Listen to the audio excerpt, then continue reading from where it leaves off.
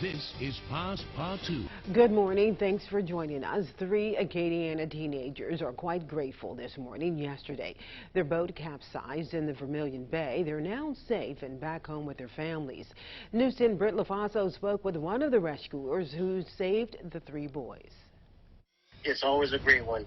You get a call to go pick up 3 and you bring 3 back. It's a win for everybody.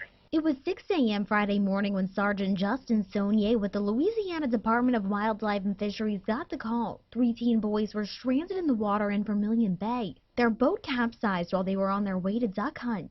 You don't realize how rough it is sometimes till the sun comes up. They realized it was rough, but it was too late for them. They tried turning around.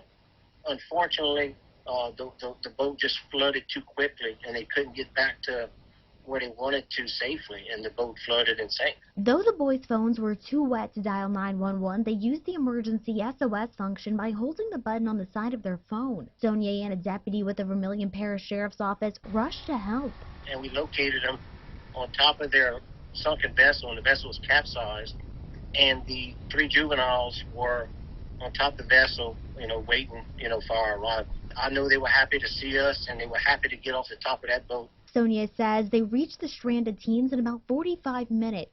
Luckily, they were able to hang on. To arrive there and know that there was 3 people that needed help, and we could see all 3 people standing on top of the boat or laying on the boat, that's always a plus. Unfortunately, the boat still sunk out there. They lost their hunting equipment, their shotguns, stuff like that. Like we told them, man, we've been doing this a long time. Don't worry about those things. You back safe. We got TMT personnel. They were dried off. Vitals were checked. Everything was great. They were released to their families, and it's like, that's a good day. It's always a good day when it's like that, because we've seen days where it hadn't been as fortunate. Yeah, Saunier recommends everyone have a float plan when going out on the water. That means telling someone where you're going and what route you're taking. He says that will give search teams a starting place to look if something happens. A concerning new COVID variant has been identified and appears to be spreading. The U.S. has joined several other countries in placing travel restrictions on visitors from South Africa. Natalie Brand has that. We're going to be cautious. Speaking in Nantucket, President Biden said he and his COVID response team have decided to restrict visitors from South Africa and 7 other countries in the region starting Monday in hopes of trying to contain a troubling new coronavirus variant. It's still unclear whether the new variant causes more severe illness or how protective the existing vaccines are against it.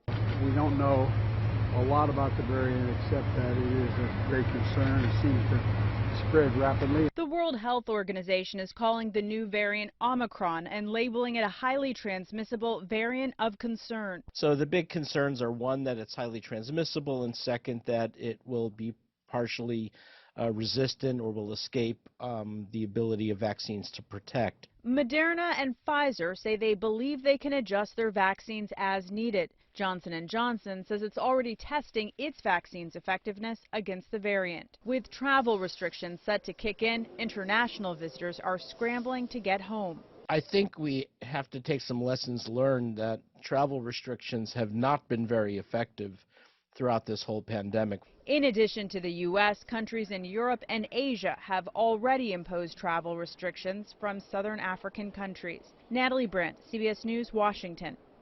The State Department of Health says Louisiana has spent more than $27 million trying to convince people to get vaccinated against COVID-19. The state has been using TV, radio, billboard, and digital ads. They have also offered incentives like the Shot for 100 program. The department says the cost of convincing people to get vaccinated continues to grow. All of their efforts are federally funded. The Biden administration recommending an overhaul of the nation's oil and gas leasing program. The overhaul would include limiting available areas for energy development and raising costs for oil and gas companies to drill on public land and water. The president issued a temporary hold on new oil and gas leases at the beginning of his term. That was lifted after a federal lawsuit was filed by Republican attorneys general, including Louisiana Attorney General Jeff Landry. Now, Biden ordered 50 million barrels of oil released from America's strategic reserve Tuesday in an effort to bring down gas costs. The president of the Louisiana Oil and Gas Association calls President Biden's plan a Band-Aid approach. You know, he needs to have a real energy policy instead of going to our emergency funds, if you will, which is the SPR. You know, he needs to take the foot off of the throats of the American oil and gas workers. Then a group of local ministers recently came together to ask residents to not buy goods and services here in Lafayette. The goal is to draw attention to the needs of the north side of town. News 10's Danielle Johnson spoke with a business owner who disagrees with the boycott. Some say the call to action will put a major strain on businesses right here in the north side of Lafayette. Owner of Sweet on the LLC Bakery says refusing to shop in Lafayette Parish means a decrease in revenue. Whatever the reason is for wanting the boycott, don't boycott my business. Jermella DeQueer Haynes opened her bakery on Moss Street on the north side of Lafayette 8 months ago. After working in corporate America for over 10 years, she decided to turn her hobby into her career. Although Haynes' baking business is booming, when she heard Southwest Louisiana's Ministerial Coalition members urging people to not spend money in Lafayette Parish, it did not sit well with her. Community leaders are calling it economic abstinence. Beginning on Black Friday and ending December 25th, not shopping in Lafayette Parish will hopefully cause local government leaders to focus on the needs of the north side. The initial effort is not so much to start buying on the north side, but our effort is to get people together to address the economic disparities that we see on the north side. And that means that if they have to buy outside of Lafayette to address the disparities in Lafayette, we are encouraging that.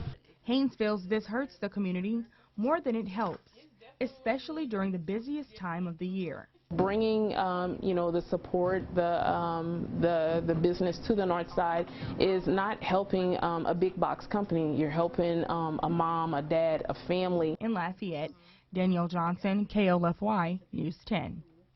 And Black Friday may be over, but the holiday shopping season is in full swing for all of us. The concern, could supply shortages and inflation stop shoppers from shopping this year? Local business owners we spoke with say they've been dealing with a shortage on items. However, there's been some encouragement as life seems to be getting back to normal in terms of the pandemic. Yesterday, many shoppers were out and about searching for Black Friday deals. We're trying to push what we do have in store as much as we can, and also trying to tell those customers, like, hey, like, please be patient with us. We are trying to get our product in here.